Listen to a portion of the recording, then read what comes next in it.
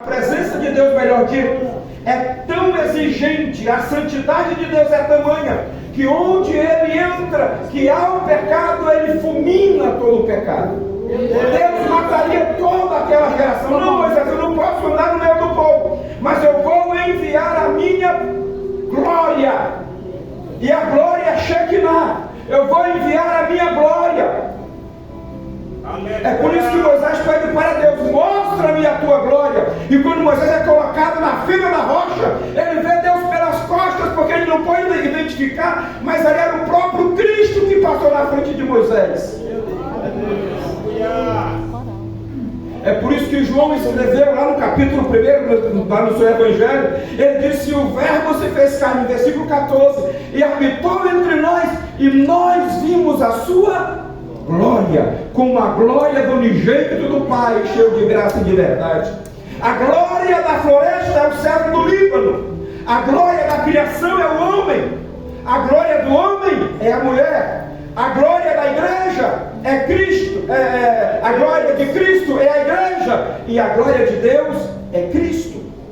É por isso que João disse: nós vimos a sua glória, como a glória do unigênito do Pai, cheio de graça e de verdade. Agora observe, o próprio Cristo anda com o povo em dois símbolos: o fogo à noite e a nuvem do dia. E o povo entra na terra, mas antes de entrar, Deus diz ao povo: olha, na terra que vocês entrarão, vocês deverão cumprir os mandamentos, e as bênçãos vão seguir vocês. Vocês devem inclusive trabalhar 6 dias, e consagrar e separar o 7º dia, trabalhar 6 anos, e o 7º ano não trabalharei na terra, não semearás na terra, será o ano sabático da terra. O que acontece? O povo entra na terra e vive na terra 490 anos, sem dar um ano de descanso para a terra.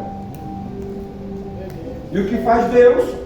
Deus então levanta o profeta Jeremias e diz: ei, eu vou trazer contra vocês o exército do rei Nabucodonosor, e não adianta resistir, é melhor se entregarem, é melhor vocês se renderem, e tudo isso se cumpre.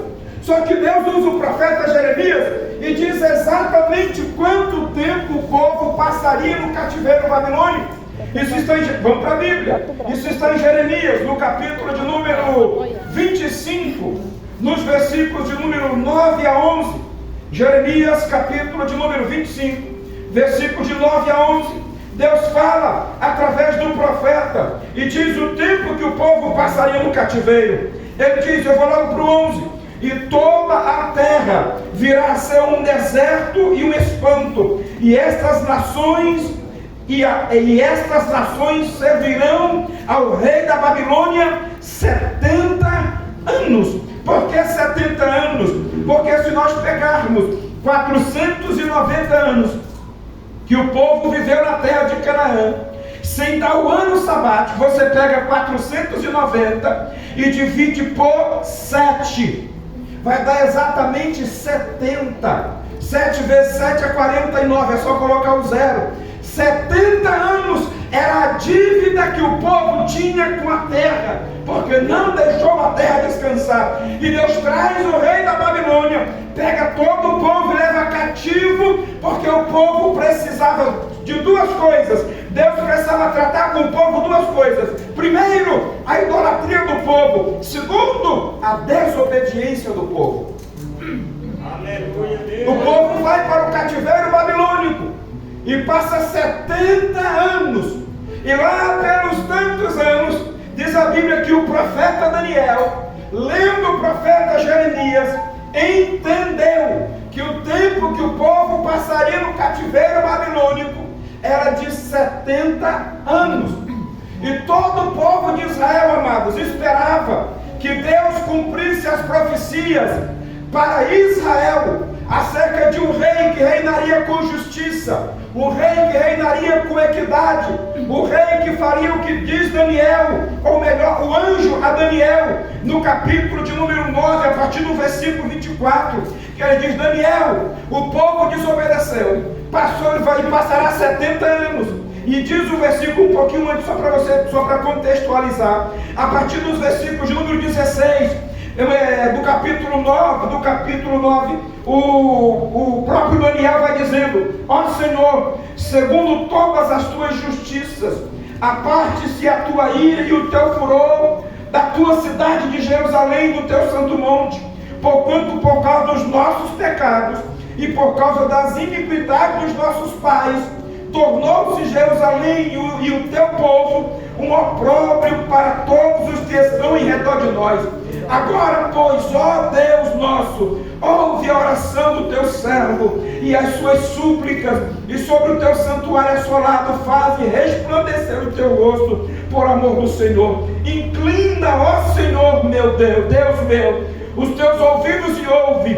Abre os teus olhos e olha para a nossa desolação e para a cidade que é chamada pelo teu nome, porque não lançamos as nossas súplicas perante a tua face em nossas justiças, mas em tuas muitas misericórdias. Ó Senhor, ouve, ó Senhor, perdoa, ó Senhor, atende-nos e opera sem tardar, por amor de ti mesmo, ó Deus meu, porque a tua cidade e o teu povo se chamam pelo teu nome. E ele diz: estando eu ainda orando, veio o anjo Gabriel, e ele fala no versículo 24: ei, Daniel, 70 semanas estão determinadas sobre o teu povo e sobre a tua santa cidade. Para quê? Olha o que o povo esperava. Essa era a promessa de Deus dada aos profetas, vaticinada por todos os profetas messiânicos, em especial Isaías. Todos eles que tocaram no Messias, que falaram no Messias, do rei que viria para reinar e governar sobre Israel com justiça. Nesse tempo, então, aconteceria isso. Diz Daniel: 70 semanas, em 70 semanas, então se vai extinguir a transgressão, dar fim aos pecados, expiar a iniquidade, trazer a justiça eterna, selar a visão e a profecia, e ungir o santo dos santos. Tudo isso se cumpriria quando se completassem as 70 semanas. Agora vamos para os cálculos, para nós chegarmos nesse ponto. Há dois entendimentos. Há alguns teólogos que indicam que essa data foi marcada no ano 538, quando o rei Ciro ordenou que o povo voltasse para Jerusalém e reconstruísse o templo de Deus. O rei Ciro, quando toma posse, isso está no segundo livro das crônicas. Por favor, vamos para a Bíblia. Segundo livro das crônicas. Eu não trouxe nada anotado, mas vamos fazer aqui de cabeça. Vamos lá. Segundo livro das crônicas, capítulo de número 36. Olha o que ele diz, o escritor das crônicas dos reis. Ele diz, contando a história de Israel: porque fez subir contra eles, versículo 17, o rei dos caldeus, o qual matou os seus jovens à espada na casa do seu santuário, e não teve piedade nem dos jovens, nem das moças, nem dos velhos, nem dos decrépitos, e a todos os deu nas suas mãos, e todos os utensílios da casa de Deus, grandes e pequenos, e os tesouros da casa do Senhor, e os tesouros do rei e dos seus príncipes, tudo levou para a Babilônia, e queimaram a casa de Deus, e derribaram os muros de Jerusalém, e todos os palácios queimaram, destruindo também todos os seus preciosos objetos. E os que escaparam da espada levou para a Babilônia, e fizeram-se servos dele e de seus filhos, até o tempo do rei da Pérsia, Ciro, para que se cumprisse a palavra do Senhor pela boca de Jeremias, até que, olha aqui, versículo 21, até que a terra se agradasse dos seus sábados, ou até que a terra tivesse 70 anos de descanso, como fora dito pelo profeta Jeremias, até que a terra se agradasse dos seus sábados. Todos os dias da desolação repousou, até que os 70 anos se cumpriram. Aí vem o versículo 22. Porém, no primeiro ano do rei Ciro, rei da Pérsia, para que se cumprisse a palavra do Senhor por boca do profeta Jeremias, despertou o Senhor o espírito de Ciro, rei da Pérsia, o qual fez passar pregão por todo o reino, como também por escrito, dizendo: assim diz Ciro, rei da Pérsia, o Senhor Deus dos céus me deu todos os reinos da terra, e me entregou, e me encarregou, melhor dito, de me edificar uma casa em Jerusalém, que está em Judá. Quem dentre vós é de todo o povo, que suba, e o Senhor seu Deus seja com ele. Aleluia. No ano 538, o rei Ciro ordena, através desse decreto, que o povo retorne para Jerusalém e que edifique a casa de Deus. Porém, a profecia de Daniel diz que o que marca o início das 70 semanas não é o decreto de Ciro para reconstruir o templo, e sim a ordem para reedificar a cidade de Jerusalém. Vamos voltar para Daniel capítulo 9, e assim diz o texto: 70 semanas estão determinadas sobre o teu povo e sobre a tua santa cidade. Aí no versículo de número 25, sabe e entende, desde a saída da ordem para restaurar e para edificar Jerusalém.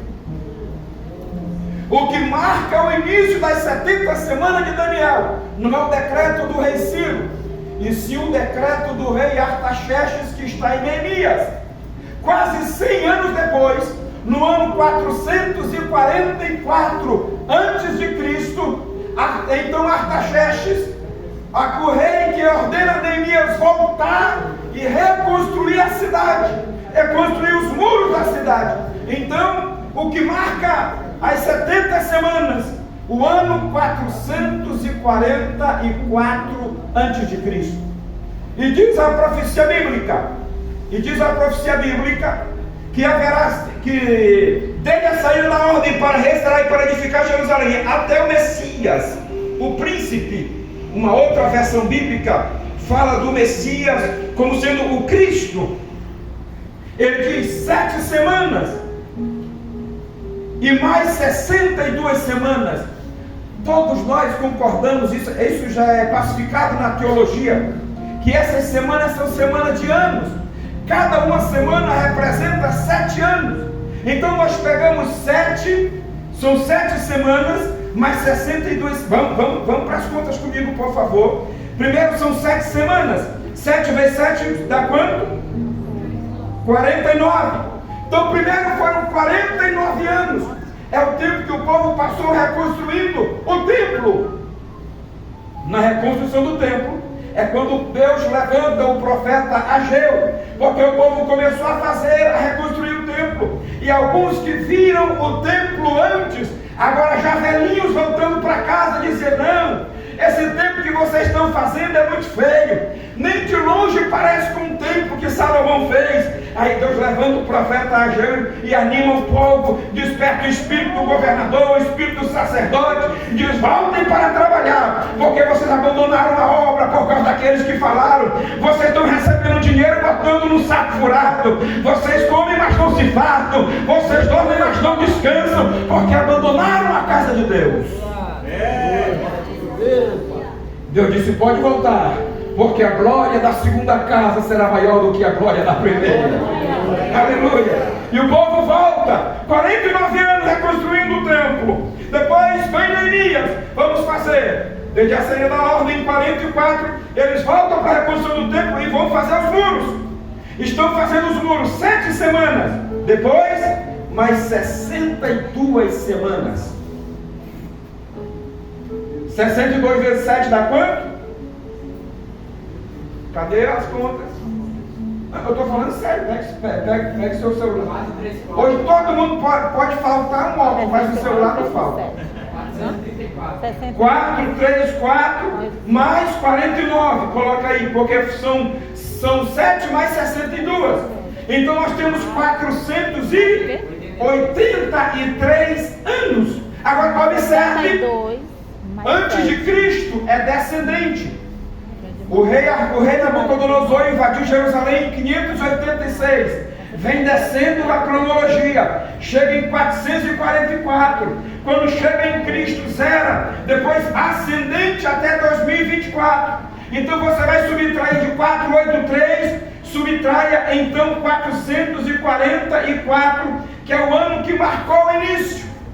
Então, o ano que marcou o início, 444, menos 483, nós vamos parar no ano aproximado de 39. Só que nós sabemos todos, se você for na história, há um erro cronológico de aproximadamente 5 anos. Daqui nós subtraímos 5 anos. Vai dar em volta entre o ano 33 e 34, quando Jesus estava sendo crucificado no Gólgota, com 33 anos, indo para o 34º ano. É o que diz a profecia. Vamos para a Bíblia, Daniel capítulo 9. Ele diz: depois das 62 semanas, será tirado o Messias.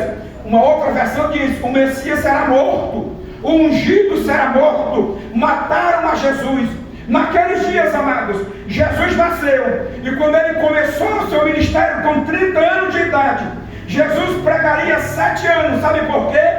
69 semanas. Vamos contar agora as semanas, meu querido colega de escola.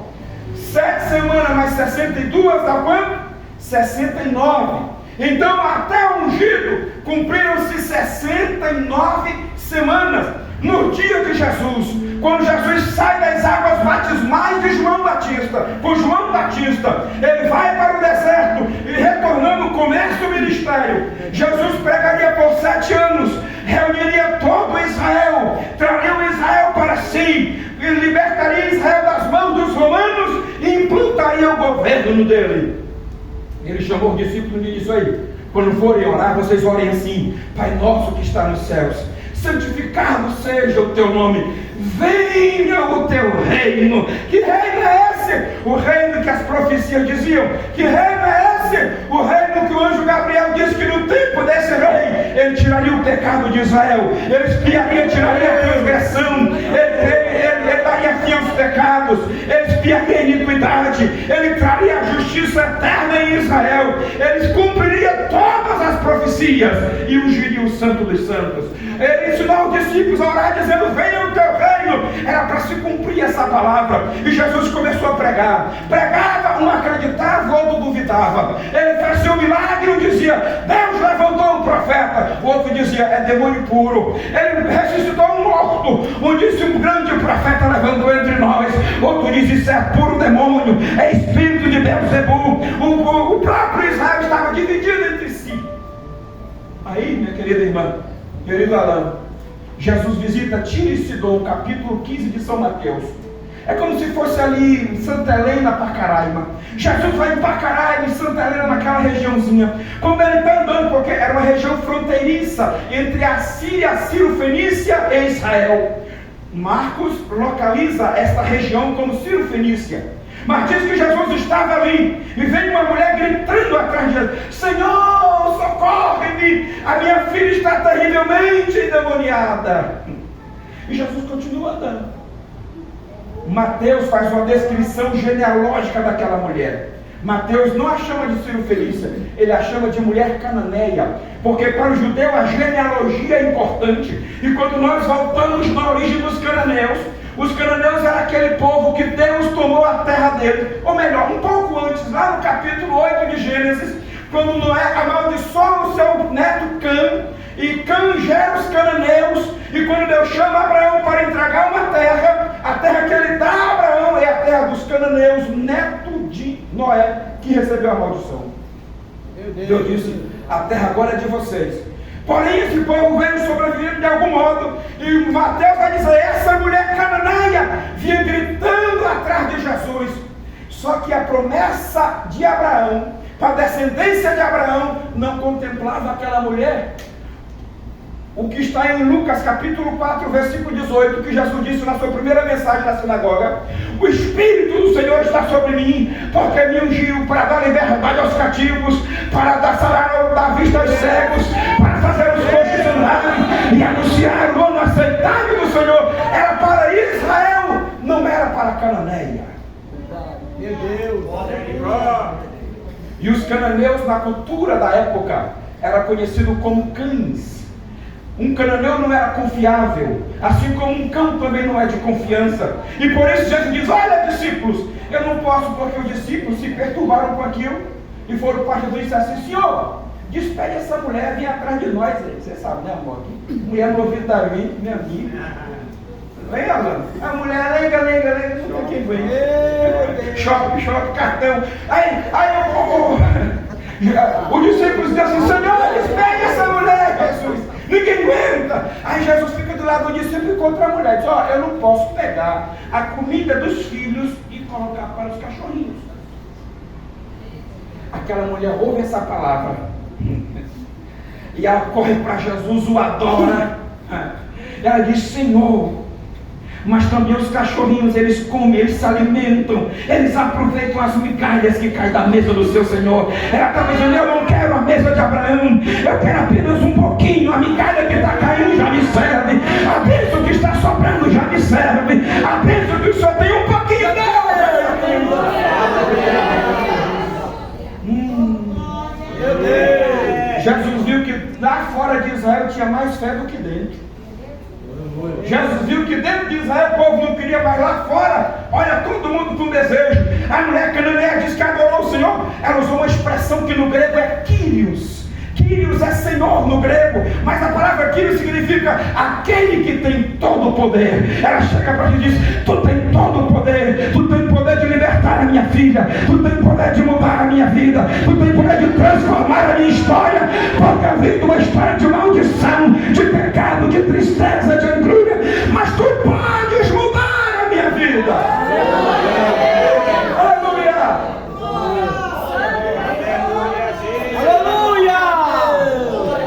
Meu Deus! Ser natural tem que acertar para café. Glória a Deus! Olha só! A mulher cananeia.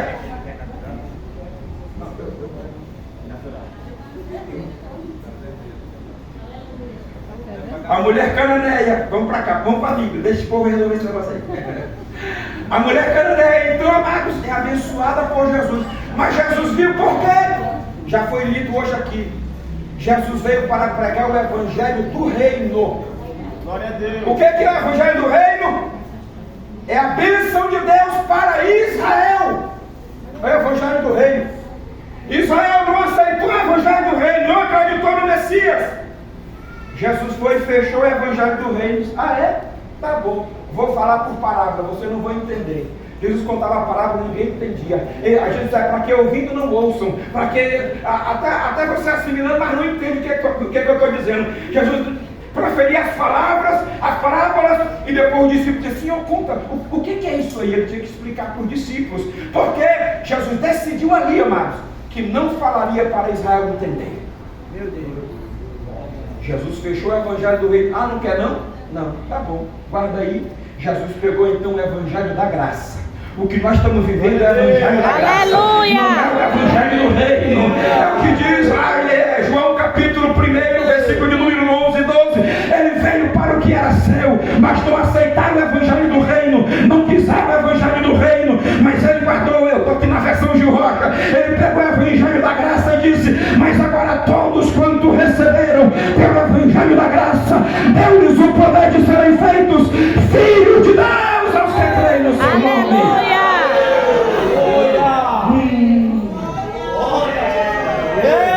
Aleluia! Glória a Deus! Jesus então começou a pregar o evangelho da graça. Tem gente achando que nós temos que pregar o evangelho do reino em testemunho em todas as gentes para Jesus ir buscar a igreja. Tem que estar preparado hoje. Glória a Deus. Porque nós estamos vivendo o evangelho da graça, não é o evangelho do reino. O evangelho do reino será pregado no milênio. Eu vou chegar lá, tá bem aqui. Você lembra do 1335? Nós estamos ainda antes do 1000. Até meia-noite a gente chega no 1335. Vamos lá. Jesus, então, pregando agora o evangelho do reino, ele conclama todas as gentes. Ele sobe no madeiro, é levado aos céus, e instaura o tempo da igreja, ou a dispensação dos gentios. Olha, em Lucas, capítulo de número 10, se eu não me engano, Jesus conta uma parábola. Por quê, amados?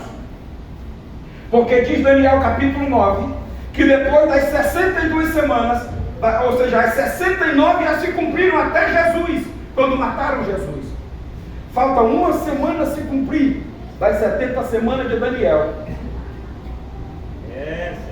Apenas uma semana falta se cumprir. E por que ainda não se cumpriu, pastor Gil? Algumas igrejas ou religiões dizem que já se cumpriu, ainda não. E por que o senhor disse que não, pastor Gil? Israel já foi expiado o pecado? Não. Já reina a justiça eterna em Israel? Não.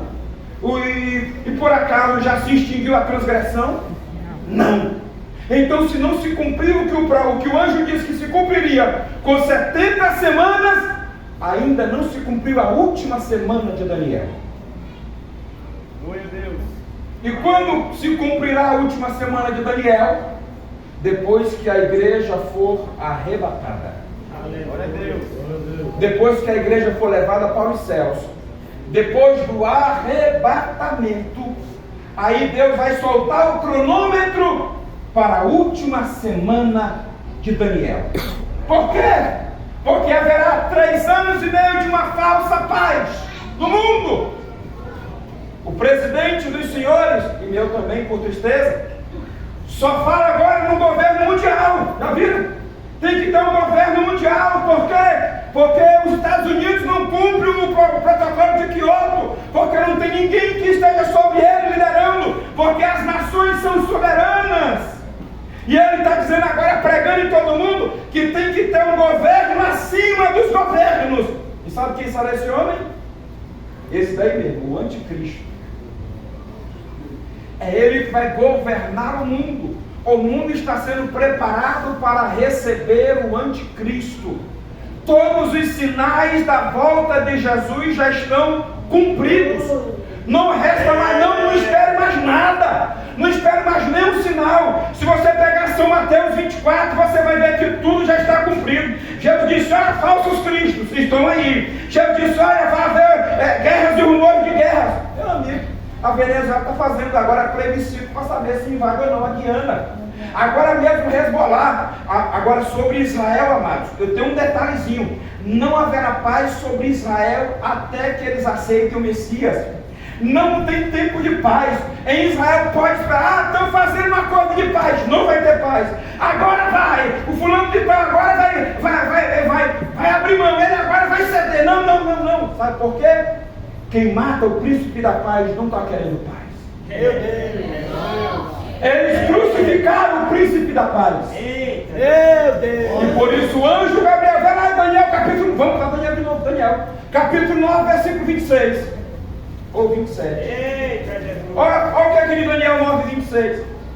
Ele diz assim, ó. Depois das 62 semanas, será tirado o ungido será morto, e o povo do príncipe que há de vir destruirá a cidade do santuário, e o fim será como inundação. E olha a parte final. E até ao fim haverá. E até ao fim haverá. E estão determinadas assolações. É para Israel. Até o fim, guerra.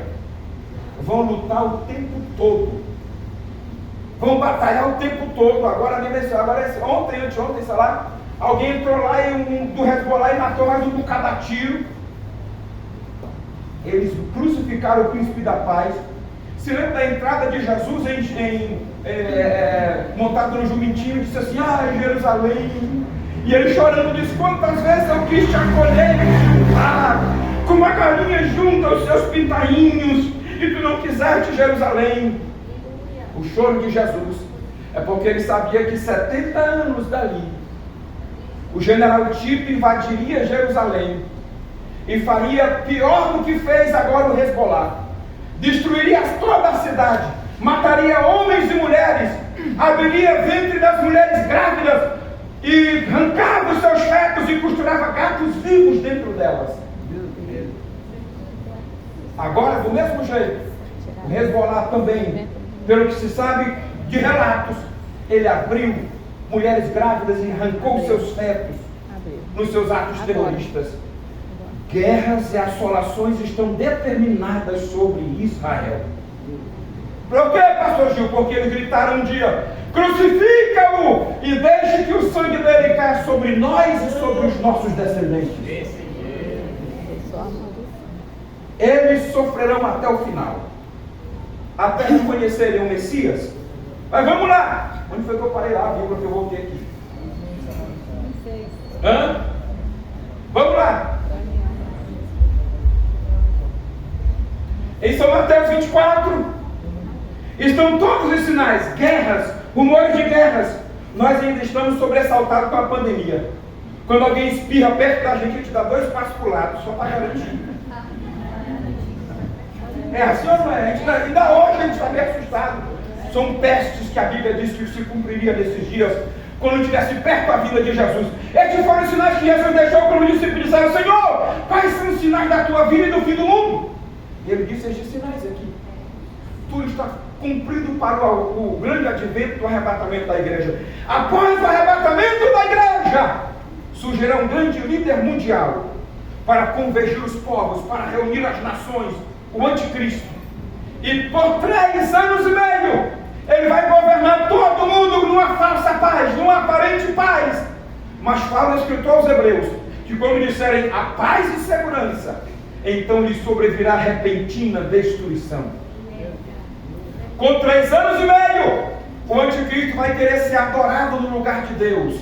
E Israel vai romper o pacto, vai romper com o anticristo, e a partir dali começa uma grande guerra mundial, chamada de Guerra do Armagedon.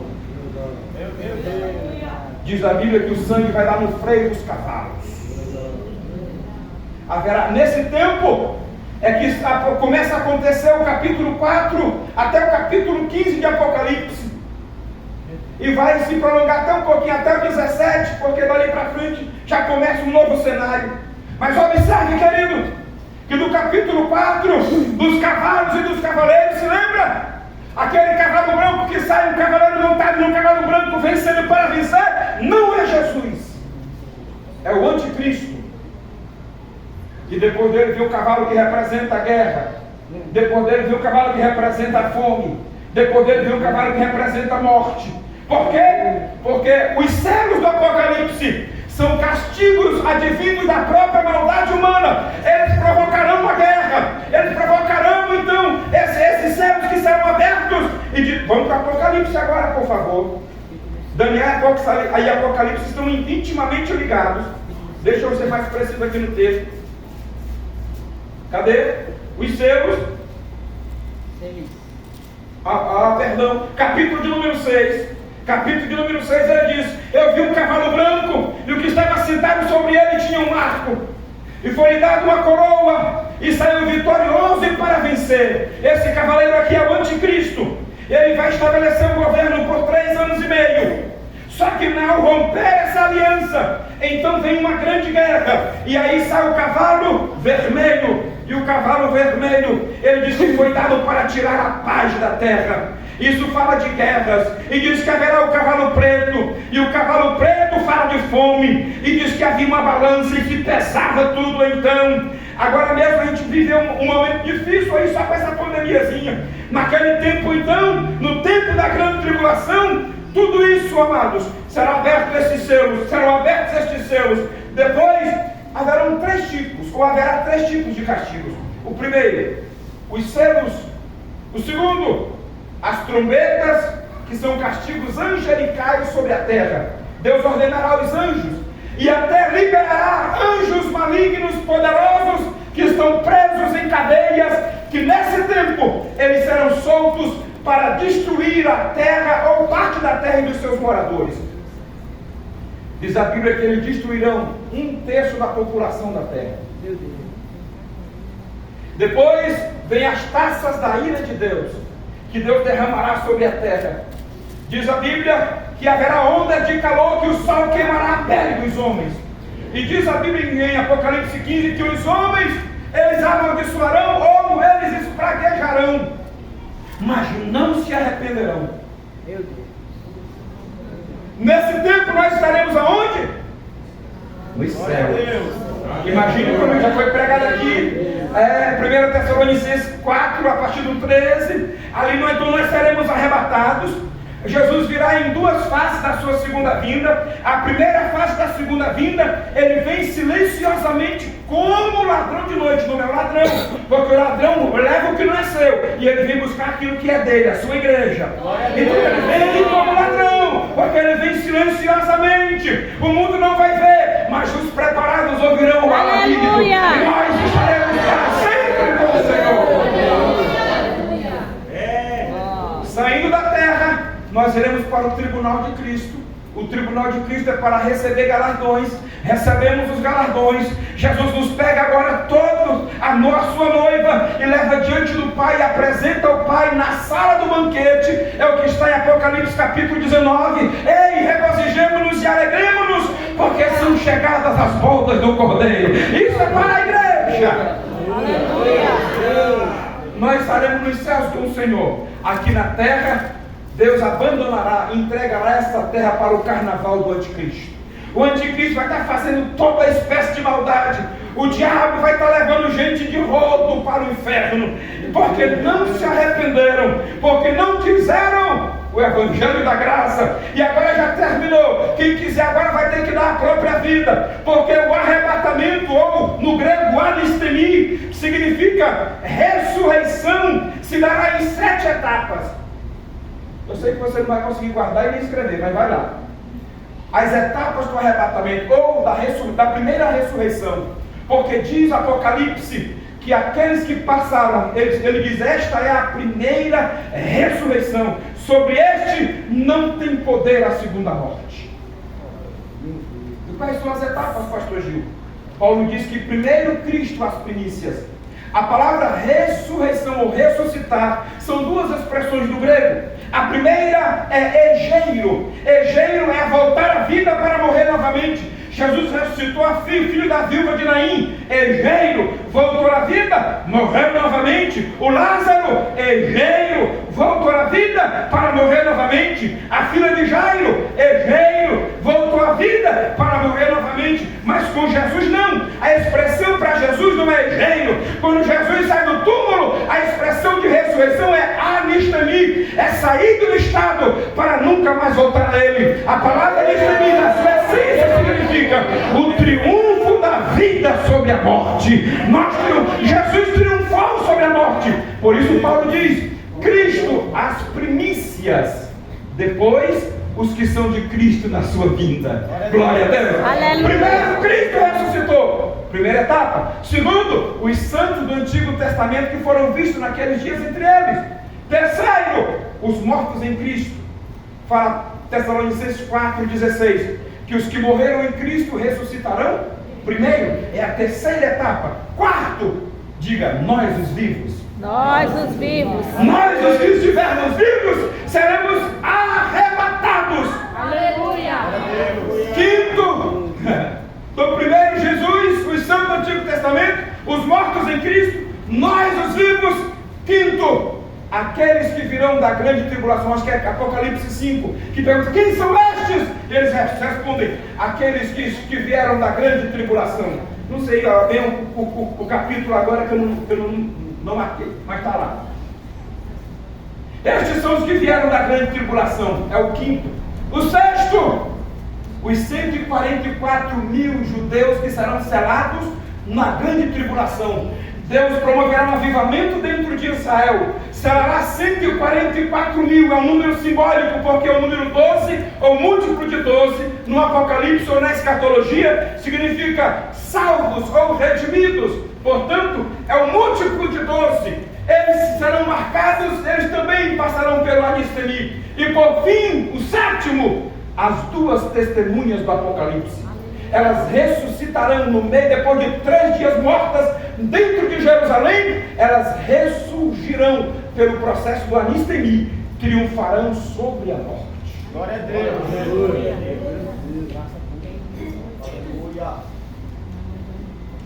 Enquanto nós estivermos, é 7,14, pronto, vamos lá, me ajudem. No 7,14, quem são estes? Estes são os que vieram da grande tribulação.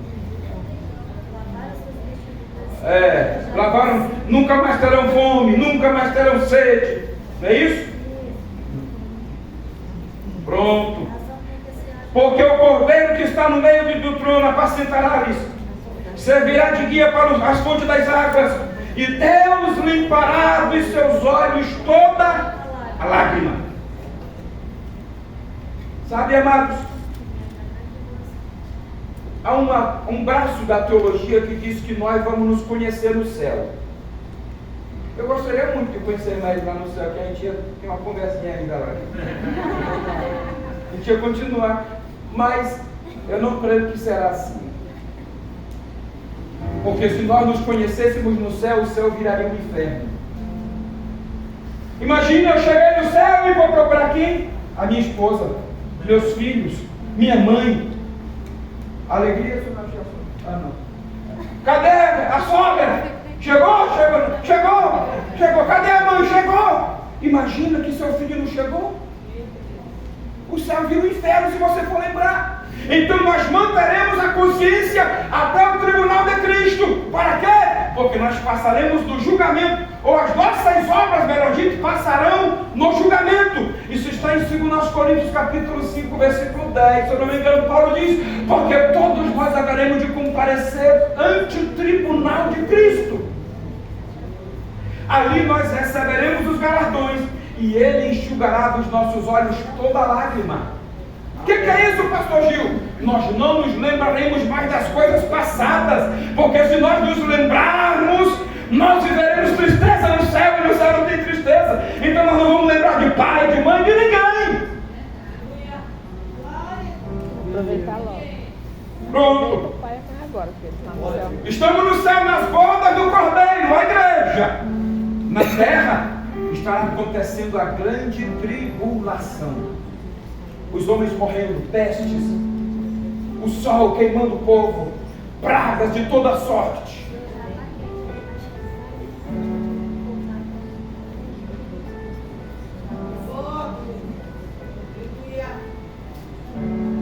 Na batalha do Armagedon, Israel será o grande alvo do ataque.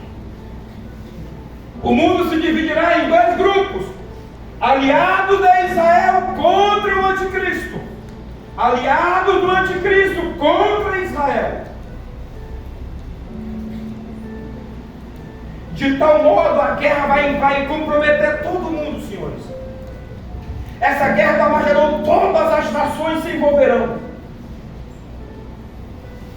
E dá para se depender do texto bíblico que Israel vai estar acuado. Israel não vai ter mais seu poderio. O dono da rocha não vai conseguir barrar todos os mísseis, não. Israel vai estar vivendo da parte do anticristo, o momento regressivo. O anticristo contando para soltar uma bomba nuclear, dizendo: contagem regressiva, 9, 8, 7. E diz Zacarias que o Senhor derramará sobre Israel o espírito de clamor e de súplicas. Meu Deus, glória a Deus. Nesse momento, Israel inteiro cairá de joelhos diante a notícia que o anticristo está com a sua ogiva nuclear destinada para destruir Israel.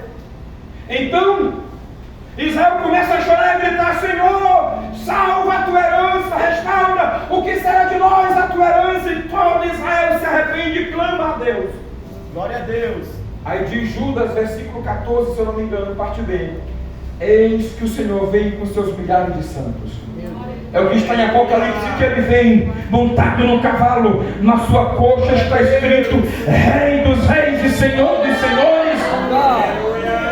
Glória. É o que está em Mateus, capítulo de número 25. Vamos lá. Mateus, eu já vou apresentar mais 10 minutinhos aqui, o tempo já foi. Mateus, capítulo de número 25, a partir do versículo 31. Enquanto o Filho do Homem vier na sua glória, isso aqui já é a segunda fase da segunda vinda. Na primeira ele vem silencioso, é o rapto da igreja. Na segunda ele virá como relâmpago e todo olho verá. É aqui, ó. E quando o Filho do Homem, versículo 31, vier na sua glória e todos os anjos com ele. Isso aqui é a igreja, os santos anjos aqui é a igreja. Nós viremos com Jesus nos ares para salvar Israel. E diz a Bíblia Bíblia que ele vai pisar no Monte das Oliveiras e vai livrar todo Israel e vai dizimar os inimigos de Israel com a espada que sai da sua boca. Nós não lutaremos com Jesus, a nossa guerra é agora, a nossa batalha é agora. Nesse tempo ele diz: não, vai minha noiva, a minha esposa não vai lutar, eu sozinho pisei o lagar no furor da minha ira. Ele vai pisar as nações, ele vai acabar com a guerra, ele vai acabar com o dissídio, ele vai acabar com todos. Aleluia! Meu Deus! Bom. Aleluia. Volte para Daniel, capítulo de número 12, versículo de número 11.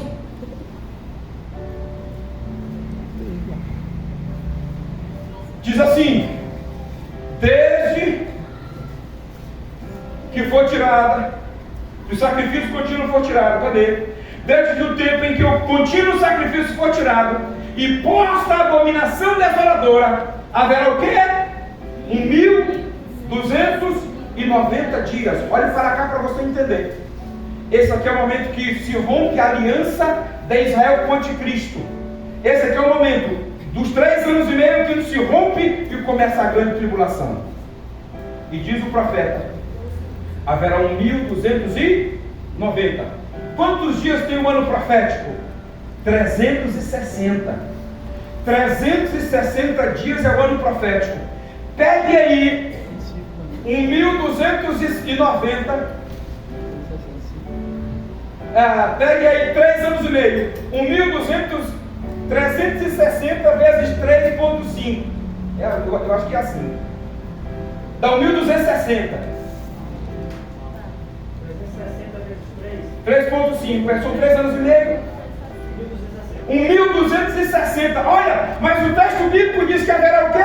1290. Com 1260 dias, 3 anos e meio, nós descemos com Jesus sobre o Monte das Oliveiras. Ele vai acabar com a guerra e vai passar 30 dias reunindo as nações diante dele. Vamos agora para Mateus de novo, vamos para a Bíblia. Mateus capítulo 25 e o versículo de número 32. E todas as nações serão reunidas diante dele. Em quanto tempo, pastor Gil? Com 1260, 3 anos e meio, ele acaba a guerra. Com 1290, todas as nações estão diante de Jesus. Meu Deus. E ele agora vai julgar. Mateus 25, esse versículo aqui, amados, é para depois da igreja. Eu já vi crente pregando, dizendo, chamando, porque aqui ele separa os bodes e as ovelhas. Já vi um pregador afoito: meu amigo, culto de rua, se você aceitar Jesus, você é uma ovelha, mas se você não aceitar, então você é um bode velho. Cabe, mas não é para esse tempo. Esse tempo aqui é escatológico. Quando a igreja está voltando com Cristo, ele então reúne as nações em 30 dias.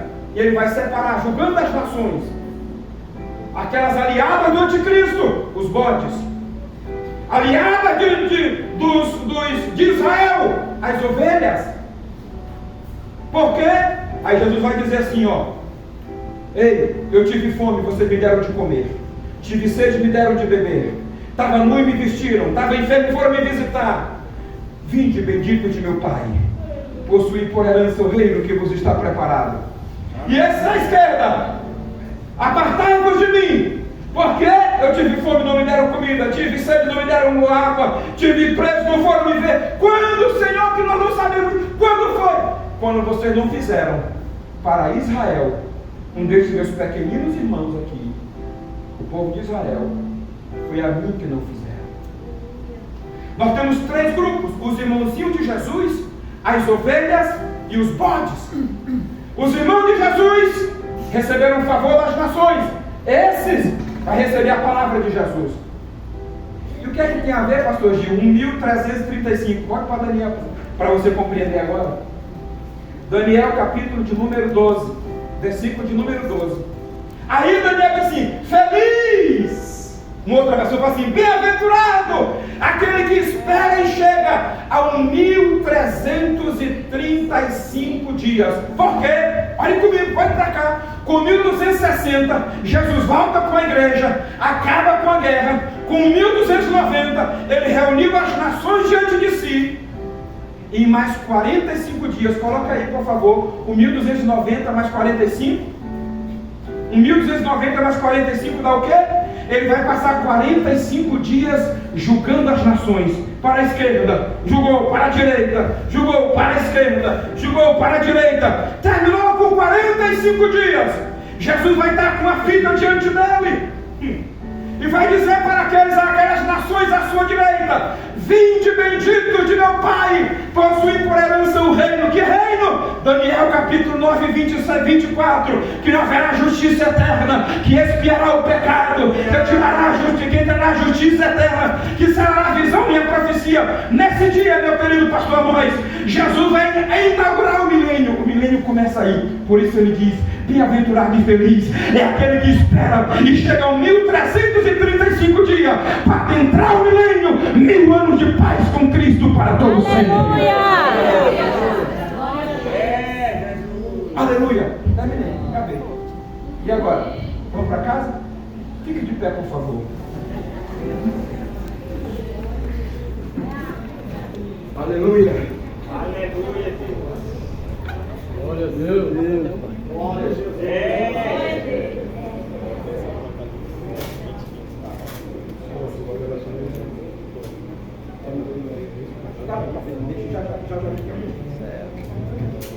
Eu sei, amados, que o tema das 70 semanas exige muito tempo.